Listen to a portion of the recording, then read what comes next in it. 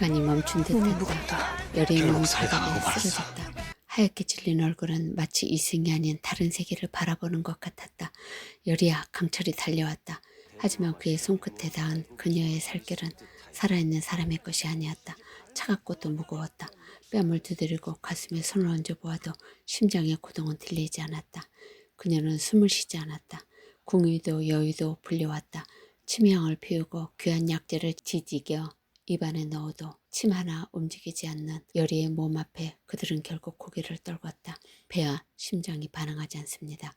이건 사람의 손으로는 되돌릴 수 없는 죽음입니다. 의관들은 말을 돌처럼 냉정했다.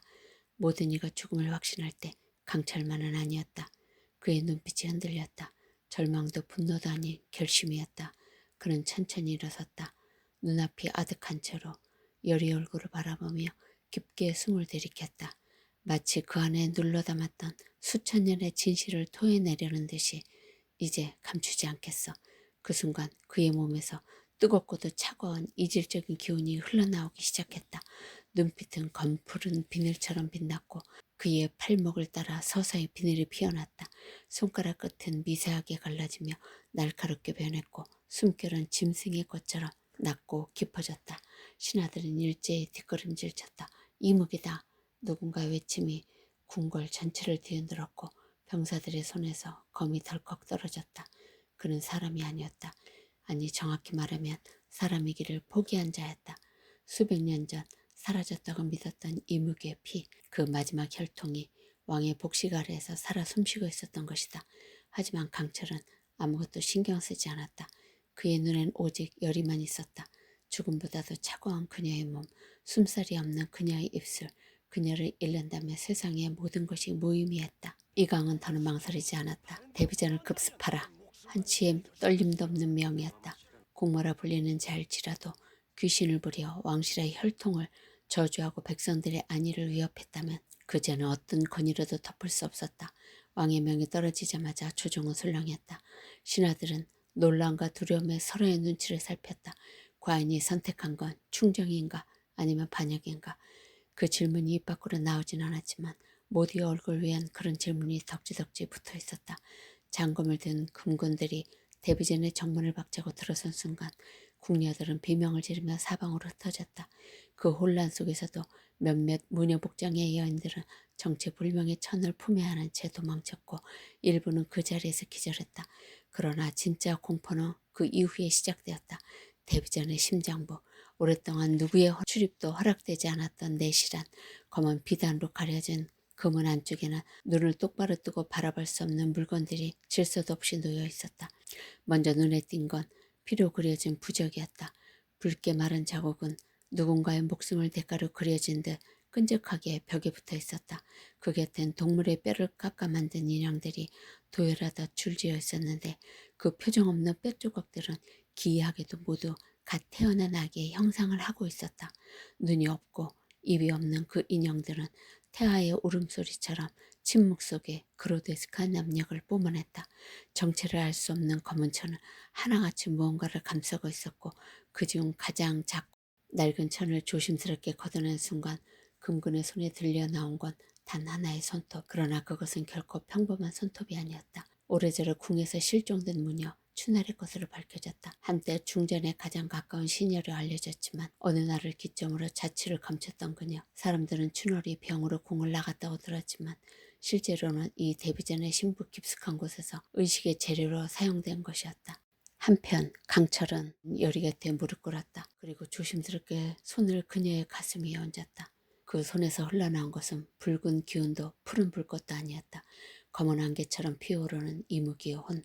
그것은 생명을 갉아먹는 독이자 동시에 죽음을 거슬러 흐르는 고대의 정수였다. 그 독은 생명을 되돌리는 반작용이기도 했다. 강철은 눈을 감고 낮게 읊조렸다. 고대의 언어로 인간에게 잊힌 주문을.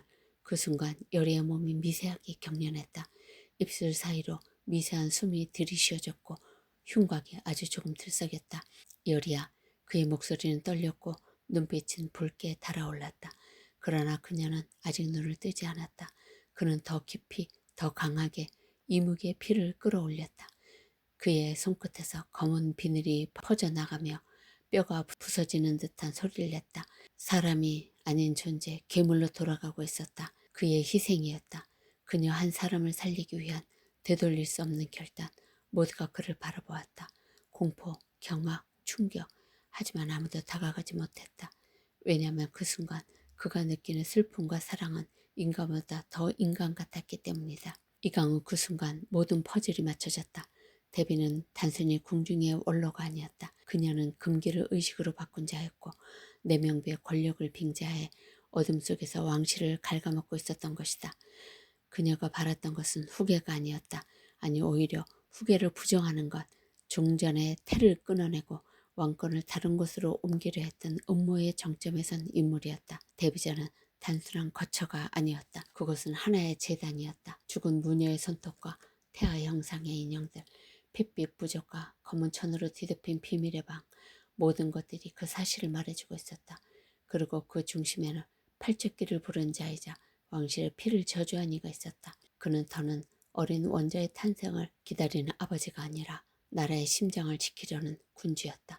그리고 이제 그 심장을 노린 과거를 직접 도려내기로 결심한 것이다. 한편 강철은 떨리는 손으로 소중히 간직해온 작은 자루를 꺼냈다. 누렇게 바른 비단에 곱게 감싸인 그것은 가서 스님이 전해준 고대의 약초, 골담초, 수천 년 전 인간과 이무기 사이에서 비밀스럽게 전해져온 영약. 죽은 혼을 잠시 이승에 붙잡아두고 사라져가는 생명을 단 한 번 되돌릴 기회를 주는 풀.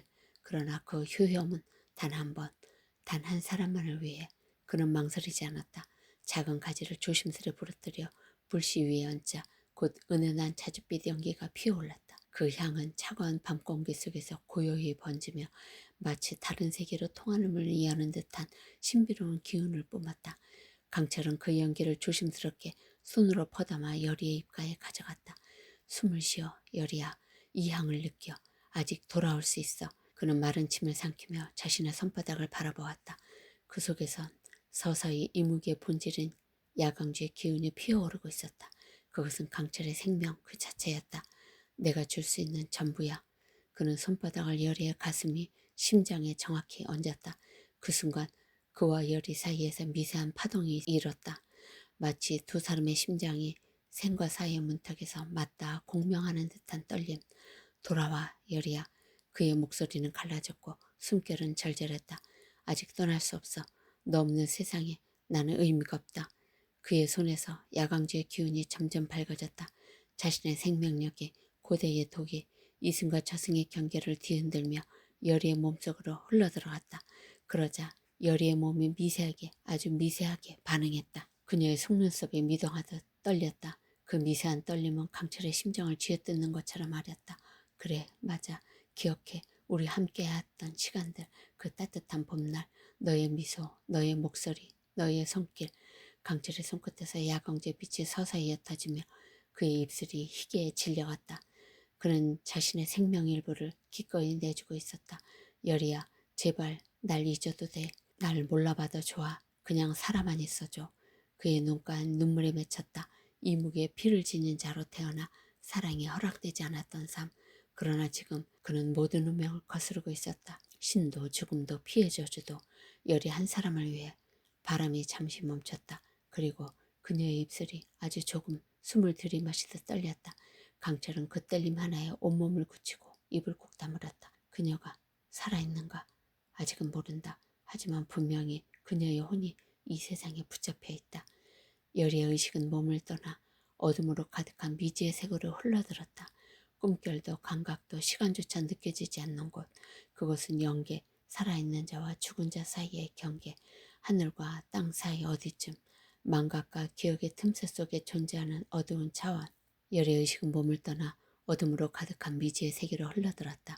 숨결도 감각도 시간조차 느껴지지 않는 곳. 그곳은 영계, 살아있는 자와 죽은 자 사이의 경계, 하늘과 땅 사이 어디쯤, 망각과 기억의 틈새 속에 존재하는 어두운 차원. 사방은 짙은 안개로 가려져 있었고 땅인지 허공인지조차 분간할 수 없는 검은 공간이 펼쳐져 있었다. 안개 사이로 희미한 형체들이 떠오르더니 이내 두 인형이 선명해졌다. 윤갑 그리고 영인대군, 이미 죽은 자들. 하지만 지금 이곳에서 그녀 앞에 다시 나타난 것이다.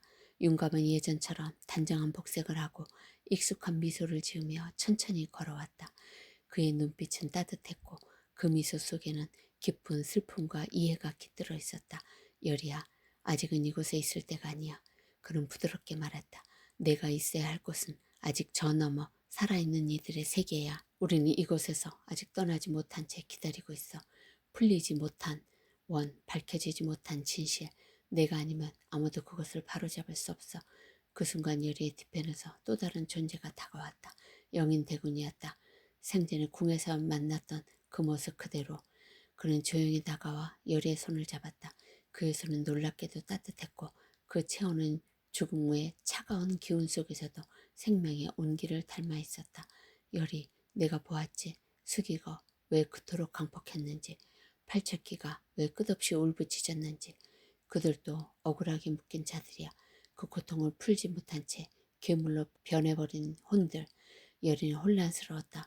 죽음의 문턱을 넘어선 지금 왜 이런 말들을 듣고 있는지, 무엇이 자신에게 이렇게 큰 짐을 지우려 하는지. 영인대군은 그녀의 귓가에 낮고 조심스럽게 속삭였다. 그들을 조종하는 자가 있다. 모두가 두려워 말하지 못한 궁의 어둠 속 진짜 주인. 그 자는 아직 이승에 남아 또 다른 혼을 불러들이려 하고 있어. 윤갑이 이 말을 받아 내가 살아야 하는 이유는 복수가 아니라 구원이야. 모든 혼들이 이승을 떠날 수 있도록 너만이 그 다리가 될 수 있어. 그 순간 안개 너머에서 한 줄기 희미한 빛이 보였다. 그 빛은 점점 열이를 향해 다가왔고 그 속에는 누군가의 목소리가 실려 있었다. 열이야 돌아와. 강철의 목소리였다. 절박하게 애타게 그녀의 이름을 부르고 있었다. 그 목소리에 이끌려 열이는 천천히 고개를 돌렸다. 짧고 날카로운 숨소리, 마치 깊은 물속에서 허우적거리다 겨우 수면 위로 올라온 사람처럼 열이는 숨을 몰아쉰다. 그녀의 가슴이 격하게 오르내리고 온몸에는 식은땀이 흐른다. 그녀의 눈동자가 급하게 주변을 흐른다. 희미한 등불, 조용한 전가간, 그리고 자신의 손을 꽉 쥐고 있는 강철의 손, 온기가 느껴졌다. 차가운 어둠 속에서도 그녀를 끝까지 붙잡아준 단 하나의 불씨. 강철. 열이는 떨리는 목소리로 그를 부른다. 강철은 말없이 고개를 숙이고 그녀의 이마를 천천히 감싼다. 눈동자엔 붉게 충혈된 피로와 간신히 가라앉힌 광기가 서려 있었다. 죽음과 삶의 경계선 위에서 그는 스스로 괴물이 되어 열이를 데려왔다. 윤과 영인대군, 그들이 나에게 말했어.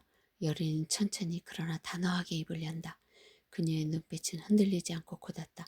무언가를 봤고 들었고 이제는 믿어야만 한다는 확신이 들었다. 숙여 발적기. 그들은 단지 귀신이 아니야. 누군가가 그들을 조종하고 있었어. 강철의 눈빛이 미세하게 흔들렸다. 조종? 그래, 우리가 지금까지 싸워온 귀신들 그저 억울하게 떠돈 홀령이 아니었어. 누군가가 그들을 이용하고 있어. 복수의 도구로, 공포의 상징으로, 사람들을 쥐락펴락하는 수단으로. 그 말에 강철은 입을 다문다.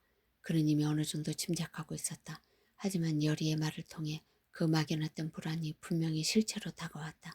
열이는 억지로 몸을 일으키려 한다. 강철은 그녀를 말리지만 열이는 고개를 저으며 말한다. 이대로 있을 수 없어. 이건 단지 귀신의 소행이 아니야. 우리를 둘러싼 모든 일의 중심에 그 진짜 존재가 있어. 지금부터 그걸 찾아야 해. 밤이 깊어가고 있었다. 그러나 궁은 결코 고요하지 않았다. 열이가 깨어난 뒤 강철과 가까운 몇몇 이들은 조용히 한자리에 모였다. 가섭 스님, 어이, 그리고 강철의 친한 동생 비비. 그들은 이제껏 이무기, 수기, 팔척기 등 다양한 기이한 현상을 단편적으로만 보았다. 그러나 열이가 돌아온 지금 그 모든 퍼즐 조각이 조금씩 맞춰지기 시작한 것이다. 열이는 낮은 목소리로 말을 잇는다. 그녀의 눈은 확신과 공포가 동시에 있었다. 그 정체는 데뷔전이다. 짧은 정적. 하지만 곧 이어진 건 참을 수 없는 충격과 긴장. 데뷔전이라니요. 어이가 떨리는 목소리로 되묻는다. 지금의 데뷔마마께서 귀신을 조종한다고? 열이는 고개를 끄덕인다. 그녀는 모녀 출신의 여인을 측근에 두었고 내명복 깊은 곳에서 금기된 의식을 반복했다. 그것은 단순한 점이나 굿이 아니었어. 희생을 전제로 한 봉인의식, 죽은 혼을 깨우고 원하는 목적에 맞춰 길들이는 금단의 주술. 가섭스님이 무거운 숨을 내쉰다. 무거운 금주법, 전설로만 전해지던 사라진 주술이다. 그것은 혼을 억지로 붙잡고 신령의 힘을 인간의 손아귀에 넣는 방법. 사찰에서도 금서로 다뤄지며 전상을 막았던 지식이지. 춘홀은 죽지 않았어. 아니, 그녀의 혼은 아직 살아있어. 데뷔맘마는 그녀의 능력을 계속 이용하고 있었던 거야. 우리가 마주한 괴물들 다 그 혼의 파편에서 파생된 존재들이었어. 우리가 싸워야 할 적은 더 이상 귀신이 아니야. 그것을 조종하는 자, 권력의 이름으로 주술을 행사하는 자, 그녀가 진정으로 원하는 것이 무엇인지 지금부터 밝혀야 해. 가섭 스님은 천천히 입을 연다. 진짜 흑막이 데뷔마마라면 왕실의 절반은 이미 그녀의 수중에 들어간 셈이다. 그녀를 멈추려면 그 실체를 세상에 드러내야 한다. 하지만 그녀는 단지 개인이 아니야. 그녀를 보호하는 관료들, 대신들 모두 귀신보다 무서운 침묵의 공범이 되었을 수 있어. 여리의 목소리는 단호했다. 그 순간 강철은 그녀에게 묻는다. 그렇다면 우리가 지금부터 싸워야 할 건 무엇이냐? 여리는 잠시 눈을 감았다가 조용히 입을 연다. 사람이 만든 귀신, 욕망으로 태어난 괴물, 그것과 싸워야 해. 그렇다면 끝을 보자. 더 이상 숨지도 참지도 않겠다. 그리고 두 사람은 드디어 그 금기의 재단을 향해 다시 걸음을 내딛는다. 이제 그들이 마주할 것은 단순한 귀신도 흔한 정치 싸움도 아니었다. 모든 비밀의 근원, 그 어둠의 중심에서 피어나는 절대적인 악. 그 악은 오직 한 가지 목적을 위해 움직이고 있었다. 왕조를 갈아엎고 새로운 질서를 만들기 위한 어둠의 즉위식. 오늘의 뇌피셜은 여기까지 하겠습니다. 다음 8화에서는 또 어떤 이야기가 펼쳐질지 기대해 주세요. 재미있게 들으셨다면 구독과 좋아요를 해주시면 감사하겠습니다. 지금까지 무비톡톡이었습니다. 다음에 만나요.